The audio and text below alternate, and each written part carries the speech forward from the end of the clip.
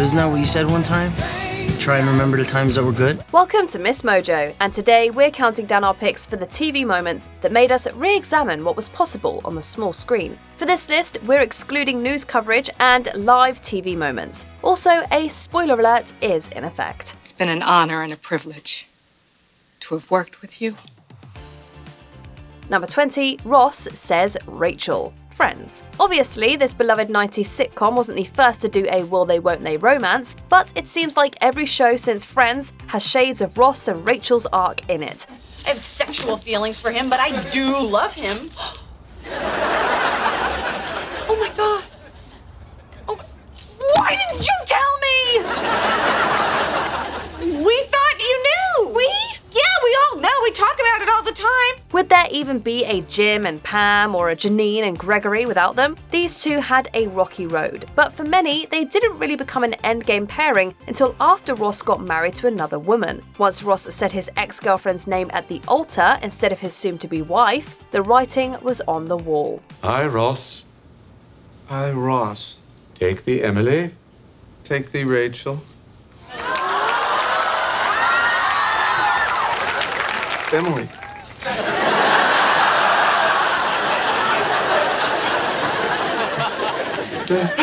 Emily. It was a screw-up so big, we had to wait an entire summer to see its conclusion in the season 5 premiere. I think we'd better start again. Yes. Ross, repeat after me. I, Ross. I, Ross. Take thee, Emily. Take thee, Emily.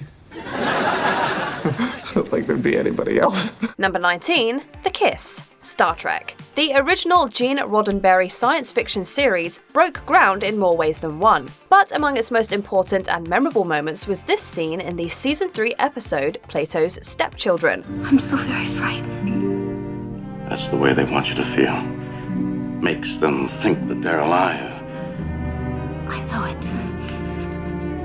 But I wish I could stop trembling. Captain James Kirk and Lieutenant Uhura shared a kiss under the powerful influence of a nefarious group of aliens called Platonians. Their embrace made a lot of network executives nervous. There was a reason. William Shatner was white and Nichelle Nichols was black, and this was 1968, only 1 year after interracial marriage became legal in the United States. The drama of, oh my God, a white guy's kissing a black girl on camera, wow.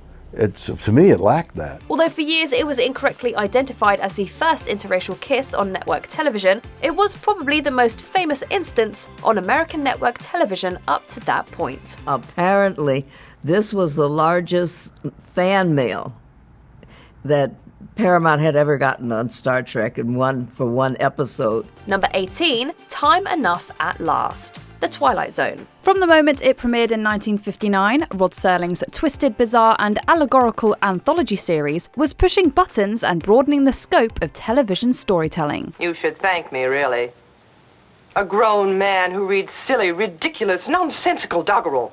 This isn't doggerel. There's some very beautiful things here. The Twilight Zone soon became famous for its twist endings. One of its most enduring conclusions came at the expense of voracious reader Henry Bemis, a bookish man who is the lone survivor of a nuclear blast and manages to see the bright side. Books! All the books I'll need. All the books I'll ever want. Shelley, Shakespeare, Shaw. He finally has time to read. Then he breaks his glasses. Left completely alone and unable to see, his post-apocalyptic dream becomes a nightmare. This unforgettable climax has been referenced and parodied ever since. That's not fair. That's not fair. There was time now. Oh, it's not fair. Number 17, Don pitches The Carousel, Mad Men. This AMC period drama examines mid-century America through the eyes of men, and eventually women, who shaped the culture through advertising. The most important idea in advertising is new. Creates an itch. You simply put your product in there as a kind of calamine lotion. But he also talked about a deeper bond with the product. In the first season finale, genius ad man Don Draper manages to break our hearts and beautifully expose the show's entire thesis in one achingly brilliant scene. His pitch for the Kodak Carousel, a photo projector, includes his own family photos. It takes us to a place where we ache to go again. It simultaneously illuminates Don's failing marriage and exposes the great lie his career is based on. Even as it pulls at your heartstrings, it's making us face the reality that nostalgia, like advertising, is something that's only constructed and made to seem real. Round and around, back home again.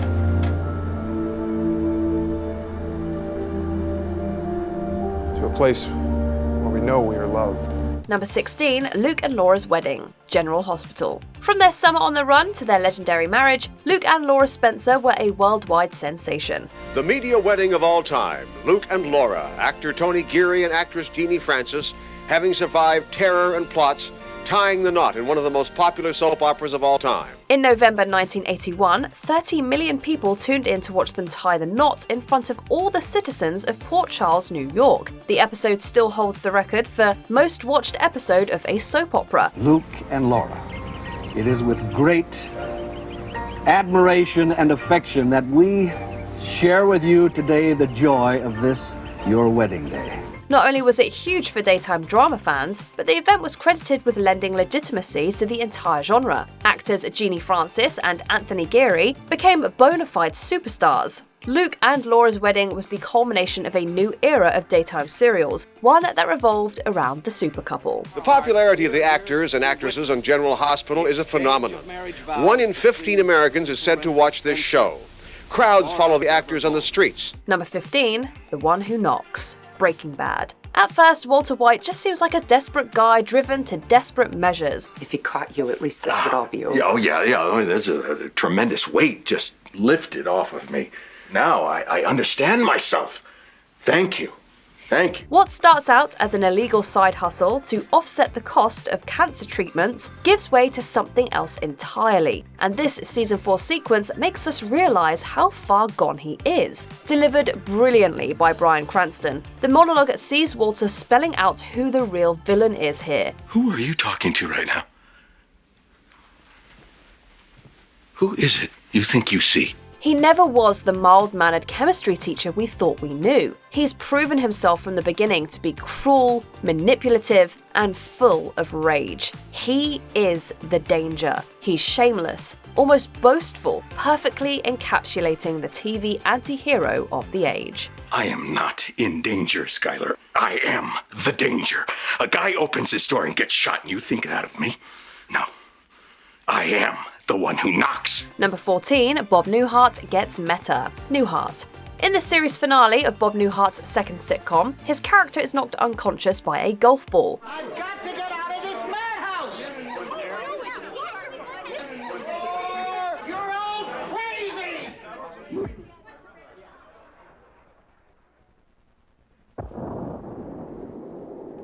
He then wakes up in the bedroom from his previous sitcom, in bed next to his former co-star Suzanne Pleshette. The scene was filmed under complete secrecy, with fake endings leaked to the press to keep them from spoiling the surprise. Nothing made sense in this place. I mean, the maid was an heiress. Her husband talked in alliteration. The handyman kept missing the point of things. While Saint Elsewhere had shocked audiences with its "it was all just a dream" ending a couple of years before, Newhart took that conceit and pushed it even further. This wraparound, universal wormhole ending was insane for the time. There were these 3 woodsmen, but only one of them talked. That settles it. No more Japanese food before you go to bed. Number 13, The Contest, Seinfeld. Several episodes of this show about nothing changed the way TV comedies functioned. I didn't know whether to try and keep her from falling or zip up. What did you do? I zipped up. So she fell? Yeah. Well, I couldn't run over there the way I was. Seinfeld could spin comedy gold from situations as mundane as waiting for a table at a Chinese restaurant. But perhaps its most audacious feat is a scene from a classic episode, The Contest, where the core 4 characters have an entire discussion about self-pleasure without ever saying the word. Did you make it through the night? Yes, I'm proud to say I did. So you're still master of your domain? Yes. Yes, I am. Master of my domain.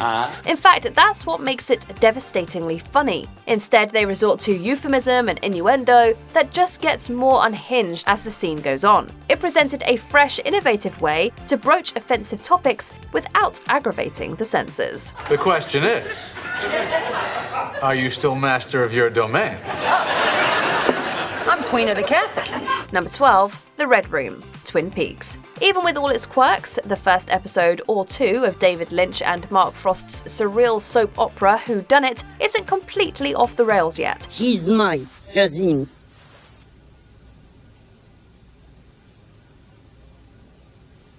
But doesn't she look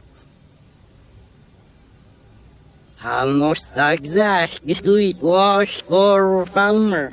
It's only when FBI agent Dale Cooper first dreams of the Red Room, a sort of dimensional nexus between worlds, that the show really announces itself as one of a kind. While there, Cooper finds himself with a person who speaks cryptically and Laura Palmer, the high schooler whose murder he's come to Twin Peaks to solve. She's filled with secrets.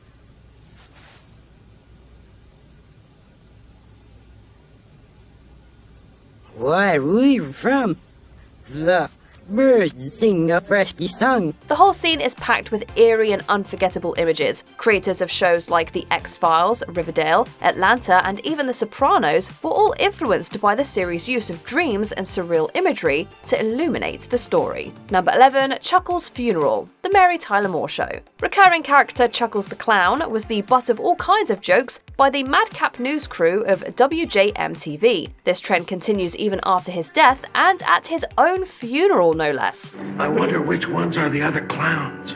And you'll know soon. They're all gonna jump out of a little hearse.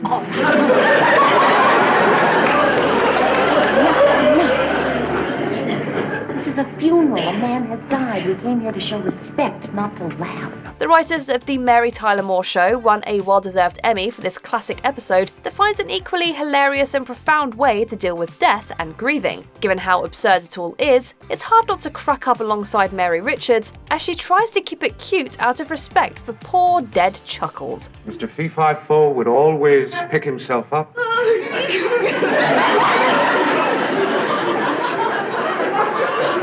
Dust himself off and say, I hurt my poo-poo. But that's what makes this scene so great. It's hilarious, but it's also human. Go ahead, my dear. Laugh for Chuck.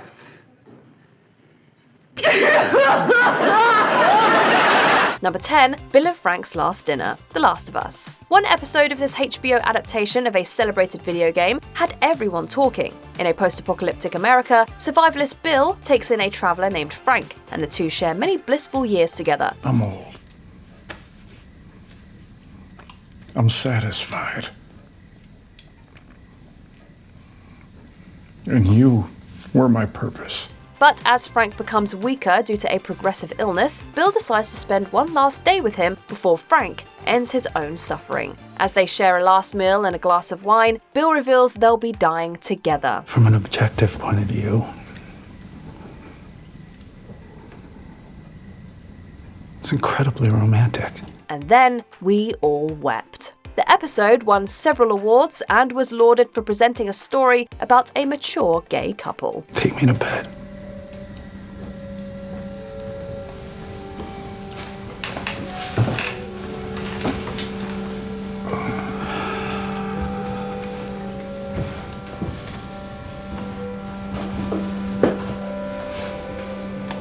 Number 9, Kimball catches the one-armed man, The Fugitive. For 4 seasons, TV viewers watched as Dr. Richard Kimball was wrongfully convicted of murdering his wife and evaded police to find the killer for himself. For the first time, I feel I'm really close to something. It had to happen someday.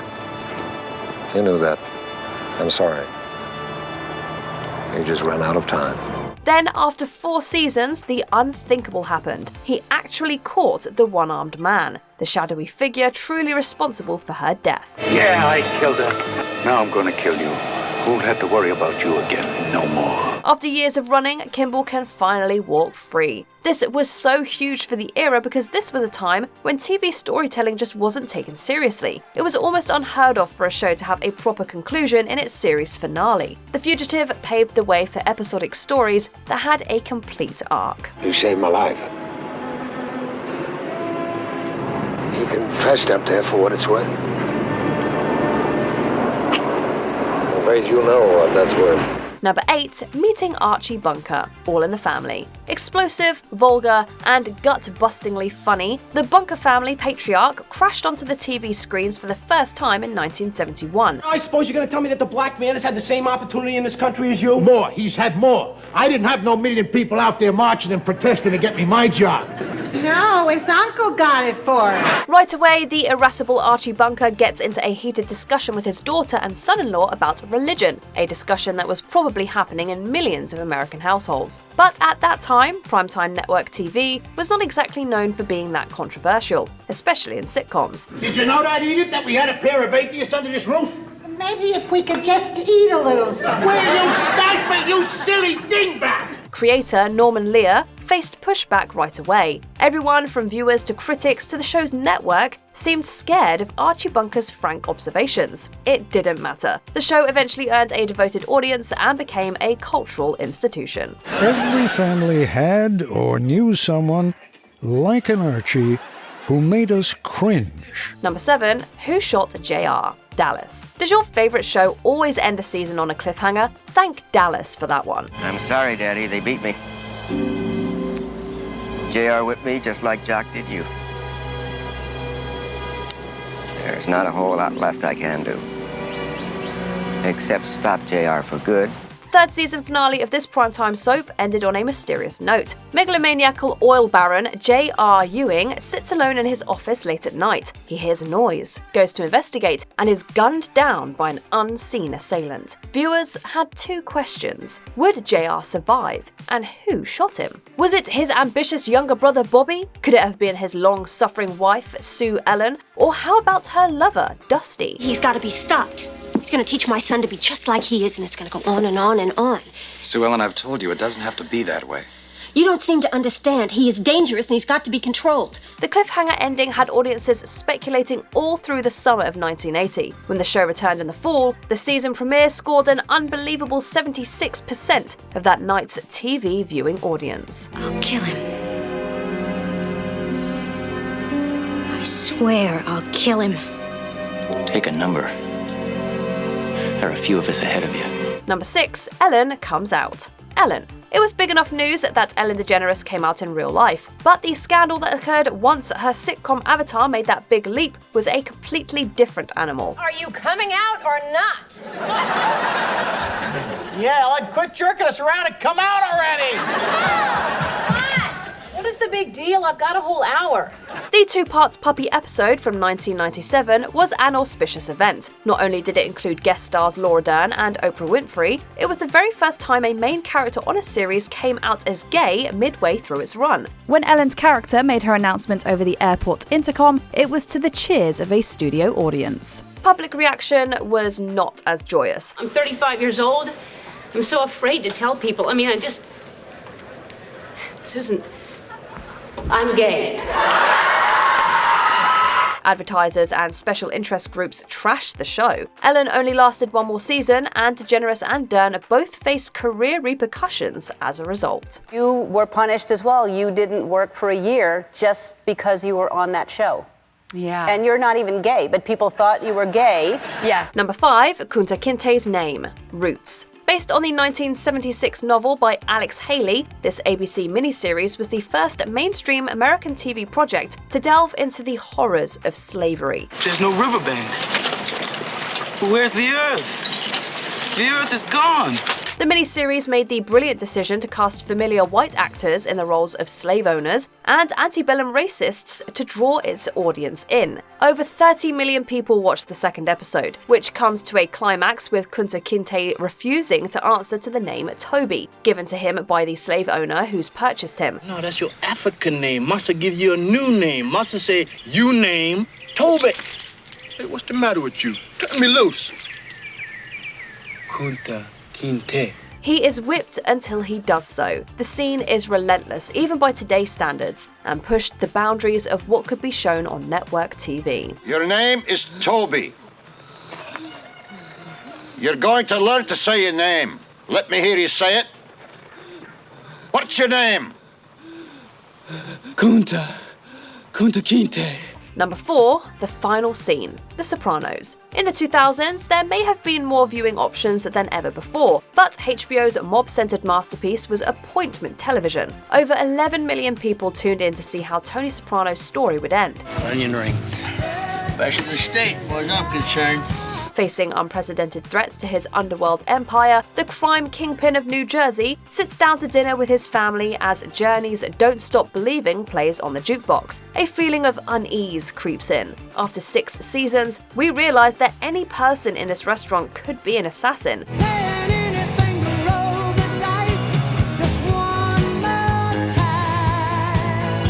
Then, the screen cuts to black. Allegedly, the abrupt ending had people thinking their cable had gone out. The amount of speculation and downright anger this ambiguous ending caused is still unprecedented to this day.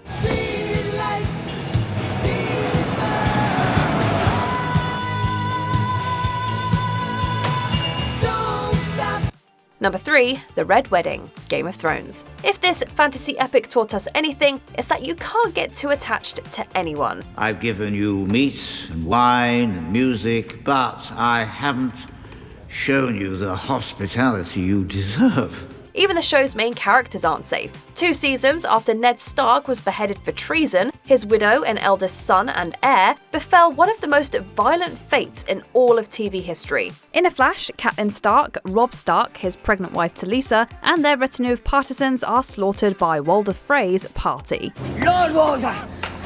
Lord Walder, enough! Let it end! Please! Visceral doesn't begin to cover it. In one fell swoop, 3 pivotal characters are gone, and in the most brutal way possible. The reaction was incredible. On top of being a near peerless episode of television, it still generates conversation more than a decade later.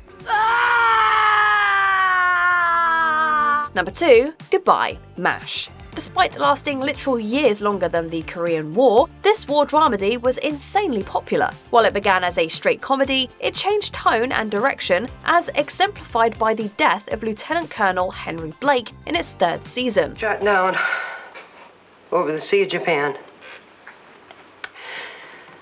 It spun in. There were no survivors. There was room for the horrors of war between punchlines. This was doubly true in the series finale, which still holds the record for most watched episode of TV. I know how tough it is for you to say goodbye, so I'll say it. Maybe you're right, maybe we will see each other again, but just in case we don't, I want you to know how much you've meant to me. Filled with incredible and powerful moments, the most memorable scene is its very last, where Hawkeye Pierce leaves the 4077th Mobile Army Surgical Hospital for good. I'll see you back in the States. I promise. Just in case, I left you a note. What? His helicopter rises to reveal B.J. Honeycutt's goodbye message spelled out using stones. It's a majestic and elegant end to MASH's legendary 11-season run. Before we continue, be sure to subscribe to our channel and ring the bell to get notified about our latest videos. You have the option to be notified for occasional videos or all of them. If you're on your phone, make sure you go into your settings and switch on notifications. Number 1, The Candy Factory, I Love Lucy. Lucille Ball's influence still looms large over TV comedy. Ricardo, I'm going to put you to work chocolate dipping. You say you've had experience. Oh, yes, ma'am. Yes, ma'am. I'm a dipper from way back. Yes? They used to call me the Big Dipper. To watch an episode of I Love Lucy is to see the origins of gags and setups that we've seen hundreds of times since. but few have left as lasting an impact as Lucy Ricardo, trying different careers and hysterically failing. Whether it's accidentally getting drunk during a spokeswoman gig or stomping grapes in Italy, nobody could mess up a job like her. This scene sees her and Ethel Mertz wrapping candies on a conveyor belt. They lose control almost immediately, shoving the candies into their mouths, leaving the studio audience dying with laughter. Its impact is a testament to the show's enduring popularity and the legendary status of its star. Here she comes!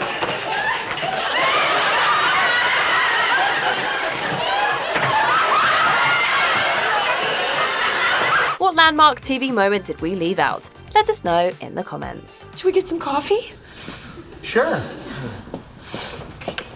Where? Do you agree with our picks? Check out this other recent clip from MsMojo. And be sure to subscribe and ring the bell to be notified about our latest videos.